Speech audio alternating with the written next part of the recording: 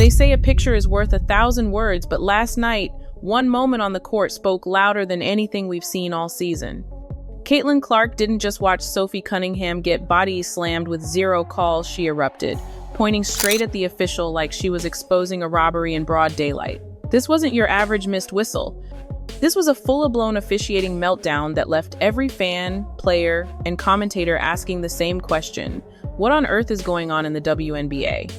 Because if this is how league referees are going to call games or refuse to call them, then the integrity of the entire season is in jeopardy. And judging by the fire in Caitlin Clark's eyes, last night was the moment she decided she's done staying quiet. It happened in the Fever's nail-biting 78-74 win over Seattle. Sophie Cunningham had just secured a clean defensive rebound, holding the ball strong, when a Storm player came crashing in like it was Sunday Night Football and sent her flying to the hardwood. It wasn't just a shove, it was a blatant throwdown right in front of the official. No whistle, no stoppage, nothing. The ref stood there like a spectator, front-row view, and didn't lift a finger. Caitlin Clark, stuck on the bench for her 7th straight game with that lingering groin injury, couldn't take it anymore. She leaned forward, eyes locked on the ref, and yelled loud enough for the whole arena to hear, "You were right in front of her." In that moment, it wasn't just frustration, it was the voice of every WNBA player who's been blindsided, hacked, or tossed to the floor without protection from the whistle. The crowd reacted instantly, buzzing with disbelief as Clark's anger became the rallying cry for everyone tired of watching dangerous, reckless plays go unchecked. And the worst part? This wasn't an isolated incident, it was just the latest example of a league-wide problem that's been building all season. This wasn't just one bad night. What went down in Seattle is exactly what's been rotting the WNBA from the inside: all season blown calls, selective whistles, and a complete lack of consistency. Ask any player in the league and they'll tell you the same thing. If you're wearing an Indiana Fever jersey, don't expect the refs to protect you. Opponents can handy check you, shove you, hack you across the arms, and half the time, the officials will just stare like nothing happened. And it's not just Clark stars like Kelsey Plum and Brianna Stewart have gone public about taking hits that would be obvious fouls in any other league, yet somehow don't get called here.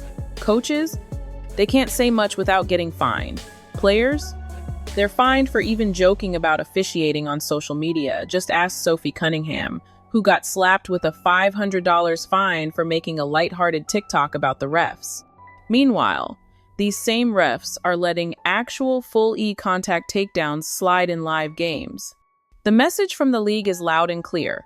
Protecting the image of officiating matters more than protecting the athletes who are keeping the WNBA relevant.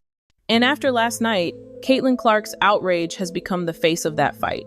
With Clark sidelined, it's Sophie Cunningham who's been taking the hits, absorbing the punishment, and still finding ways to deliver when it matters most. Last night, after being slammed to the floor with no whistle, she didn't complain, she didn't flop, she got up, brushed herself off, and kept competing. And then she lit Seattle up.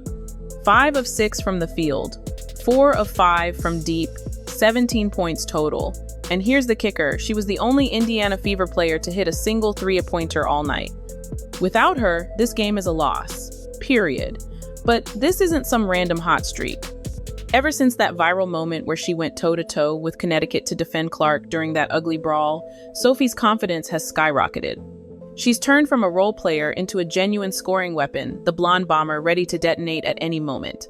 And every time she delivers, she's not just keeping the Fever alive in the standings, she's proving she's one of the toughest, most clutch players in the league. But here's the reality, even Sophie's heroics can't cover up the deep cracks in how these games are being called. And last night's fourth quarter nearly exposed those cracks in the ugliest way possible. For 3 quarters, Indiana looked like they were in control. Up 55-42 midway through the third, the Fever had momentum, confidence, and Sophie's hot hand keeping the scoreboard alive. But the moment they got comfortable, the wheels fell off. Seattle went on a 10-2 run to close the quarter, cutting the lead to just 4. And suddenly, a game that should have been wrapped up turned into another lady game Indiana panic attack. This is a pattern without Clark on the floor, the Fever act allergic to success. It's like they forget how to execute in crunch time.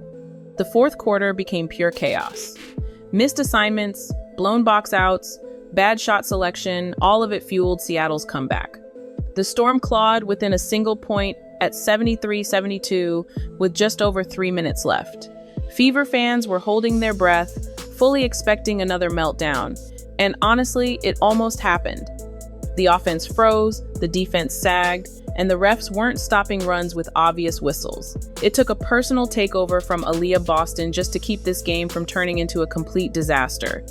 Without her, this would have been another blown double-digit lead, and in a playoff race this tight, that's the kind of collapse you don't recover from.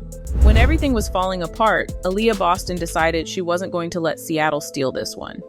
The All-Star Center went full takeover mode, rattling off a personal 9-point run in the fourth quarter that single-handedly kept the Fever from choking away another lead. She finished with 16 points, 12 rebounds, and her 6th straight double-double on an ultra-efficient 7 of 11 shooting night.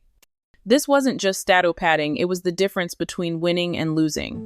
Right beside her, Natasha Howard quietly played one of her smartest, most valuable games of the season. Dropping 21 points with veteran precision, Howard sliced through Seattle's defense, hit timely shots, and brought the kind of stability only an experienced pro can.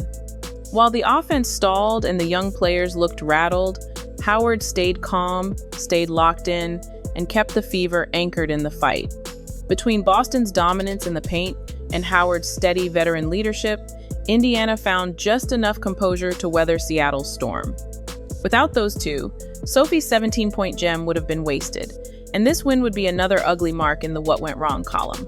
Seattle had every chance to steal this game in the closing minutes, and they flat out blew it.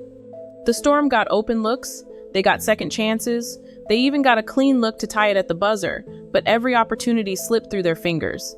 Skylar Diggins-Smith bricked not one but 2 wide-open threes that could have flipped the scoreboard. Nneka Ogwumike vanished down the stretch, barely touching the ball when her team needed her to take over. And then came the dagger, Gabby Williams. Wide open in the corner, with the season's momentum hanging in the air, watched her potential game-tying shot rim out. Seattle fans buried their faces. The Fever bench erupted in relief.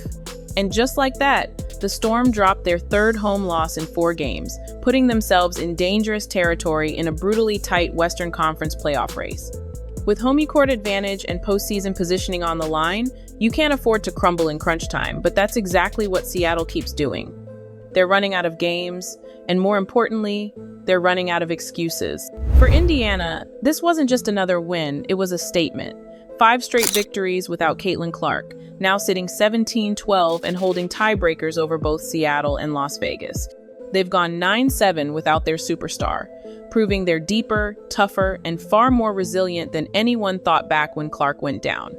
Sophie Cunningham has stepped into the spotlight and delivered night after night.